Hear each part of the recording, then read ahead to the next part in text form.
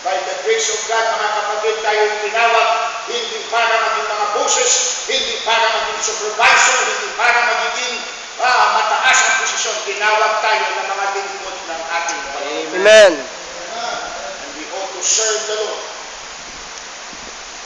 with humility dahil yan ang pagkatawag sa atin. Gusto mo maitaas ka mamaya, uulitin ko, magpaubos ka ngayon. Amen.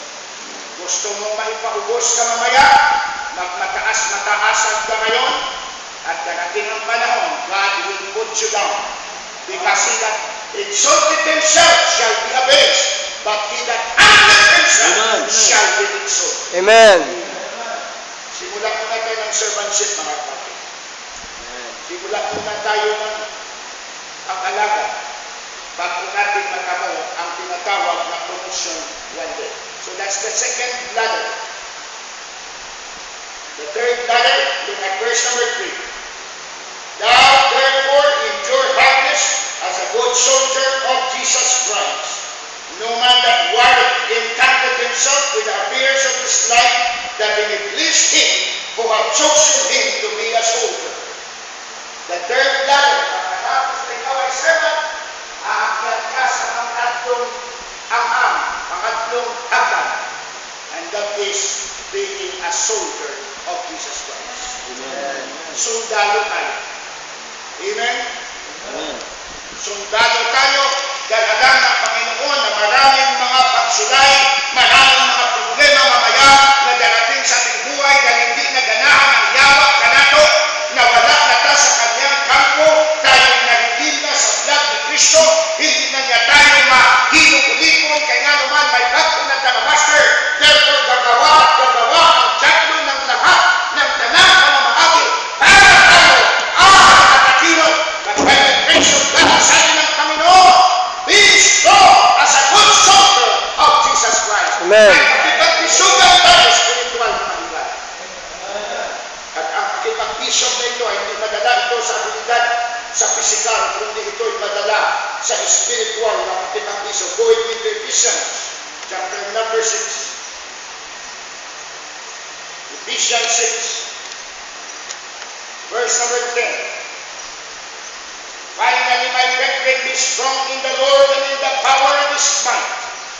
Put on the whole armor of God, that you may be able to stand against the wiles of the devil. For we wrestle not against flesh and blood, hindi daw kita nagpakipag-away sa unod, sa literal, sa physical, flesh and blood, but we wrestle against principalities, against powers, against the rulers of the darkness of this world, against spiritual wickedness in high places. Anong kalaban natin bilang sundalo? Ang kalaban natin ay ang diablo at ang lahat ng kampunya ng kadiliman. May tinatawag tayo na spiritual battle, may tira na nangyayari matagalaw, matagminuto, and therefore dapat isumpog nato ating armor. Ano? Makadaugta sa pag-ibang-bisog sa ating tao. Amen. Hindi natutulog ang kaaway, sige ng atake ka natin. Amen. Tanan ng pamamahagi, tanan ng mga strategy, ginagawa ng yawa para lang paluyahin ka, para i-discourage ka, para himuon ka, paralyze ng mga believers, himuon ka in-evicted, minsan padudahon niya ka sa idol, minsan padudahon niya ka sa ating kaluwasan, minsan pagawa siya ng paraan na maging negative ka toward our church, na maminaw ka sa mga hungong sa mga tao, mahimo ka ng mga dating mga dapat, kaya nga naman, ang chat na pagawa ka, kukuin ka, paralyze ka sa paglilipod. Amen. That's why we need to be fully armed. Sabi niya sa verse 13, wherefore take unto you the whole armor of God, that you may be able to withstand in the evil day, and having done all to stand, stand therefore having your loins girt about with truth, and the breastplate, and having on the breastplate of righteousness, and your feet shod with the preparation of the gospel of peace, above all taking the shield of faith, wherewith you shall be able to quench all the fiery darts of the wicked.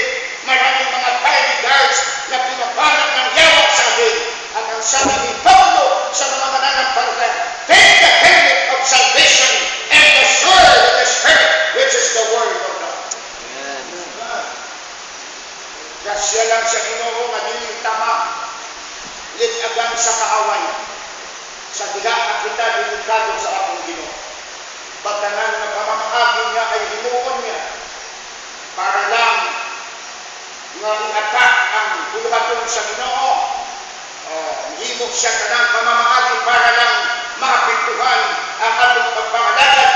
Himok siya kanang ang mga negative mga approaches para kita mismo ang pinakasubo.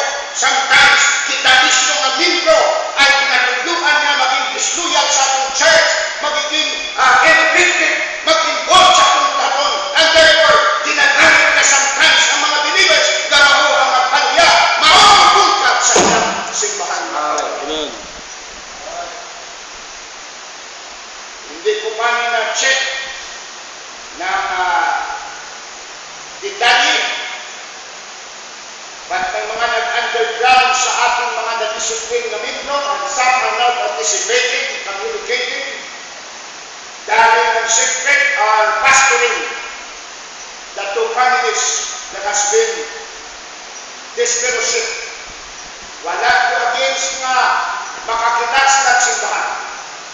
Pero yung sarili natin mga bunga na ako mismong nakawitness ang underground sa mga ginatang disiplina nini o sila karon ang pastor ni Ana is a clear betrayal against their own church.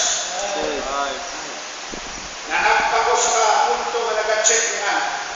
They are having a mission work daw diha sa Fish Valley. And I have heard, gusto ko mag-confirm ni Ana na iba sa inyo nakikipag-contact through text. Some of you has been visited by these people. They are trying to get you out from this church. By the way, wala akong dapat ikahalo. Kung para ka nini, manatilit na nini. Right. Hindi ka para nini, gawas ka. That's right. You don't burden me in our service to the Lord. Kung disloyal ka at kaidor ka ng aming simbahan, That's right. you get out. Diyan ko mahipawan ang loyalty ng tao. Ako, busy ko, that's why they are taking advantage of my travel, my frequent travels. Ining mga mina to, wala ka nang kabalo, daghanan na ang mga ginapang himo ni aming mga tawhan. They are trying to convince others na mga mainguna to, dissatisfied with the preaching of the word here, dissatisfied with my leadership. So what? The door is open if you want to go with these rebellious people. That's right.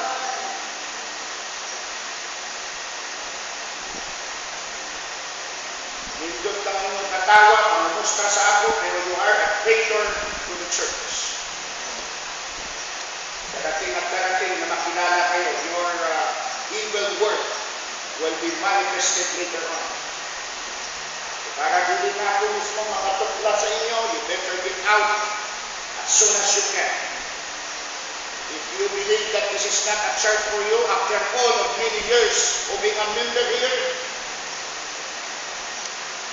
yawa ang nagahimo ng mga pamamagi para lang i-distract ka. And they are taking advantage of my travel, kay wala ko palagi. Mayroon bang matinong na tao na ikaw ay naligtas na ng simbahan, nag-backslide ka, naghimo kang sala, andun mo tukod-tukod kang simbahan, kaumalingon mo galing, di mo matatlo! That's right. Hindi mo man lang makakurihiran ang inyong kinabuhi. You destroy your first family and then sugod ka at simbahan, mag-pastor ka, na mismo ang mga pamilya mo! Ay di mo madala sa Ginoo. Nakita ka, magbuhay, concern ka, pero what about your family? Nga mismo pamilya mo bungkak. Hypocrite.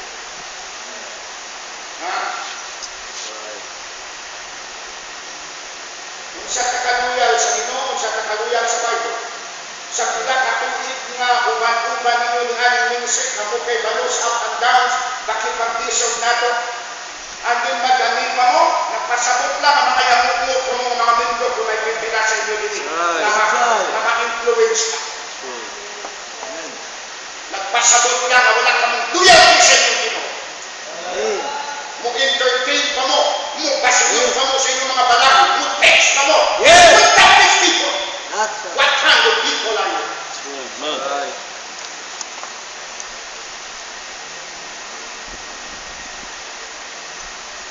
So, una-una ka na, nakipag-bisyo ka ba o you are fighting against your own church?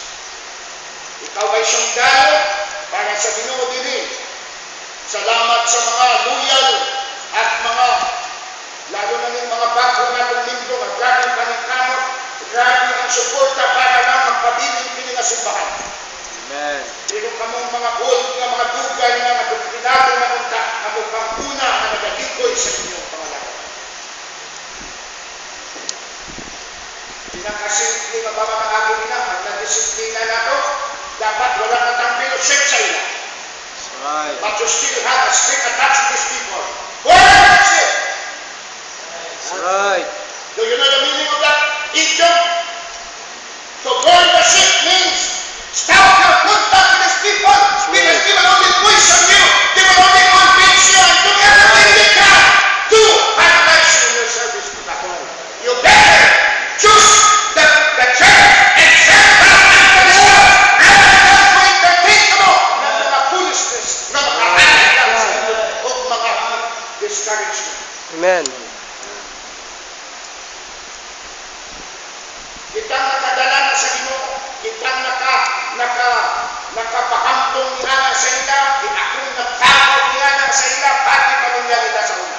Amen. Karon kay naghimo og sada na disiplina ni aming simbahana, karon ang ilang gibuhat, mangita sila ng mga membro nga nagdisiplina ni ilsi punta kay na inan, bagit mo sa atong simbahan, bagit mo nga do and be subject to the disciplinary action of the church. Simple lang ang dapat tinuon ninyo, maghanto lang mo, mamarot na sa inyo, para ma-restore ka mo. Anong ginahimo niya? Ila pa-encourage ang mga nagdisiplina and then mag-mission pa. Ang kamukana nila, pioneering ba ng award o nangawat ka pioneering sa uban? Right. Ha? Amen. Kung gusto mo mag-pioneer, praise God, but ayaw pangawat kung karniro sa uban. Amen. Kahit nagka-travel ako, may mga lumulusot na mga information. Hindi ako natawag na baka walang bahala ka lang. I care for this church. That's the reason wala akong natigong kaya ako halos income. 82 state. Sinamingin kung ano lang yung makasilungan na. Amen. Amen. Pagkasakit ko, ma-hospital ko, wala akong bunuton sa bangko. Pati ganitong budget punta ko may heartbeat, hatag ko sa renta na. That's how I love it, sir. Amen. Amen. Kung kago mo lang yun, tunda ka lang, play to face, dirig ka, pero nakipapunta mo nga to, mas maayo papiling ka. Right. Kaya walang place ang mga traitor in the word of God. Amen. Right.